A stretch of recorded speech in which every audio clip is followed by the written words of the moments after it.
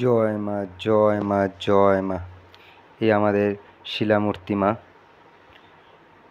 এখন রেডি হচ্ছে, কাজ চলছে মায়ের।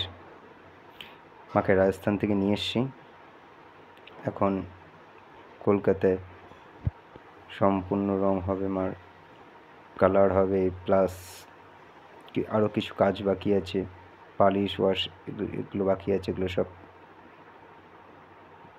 হবে। অপূর্ব লাগছে, কালা পাথরের মা।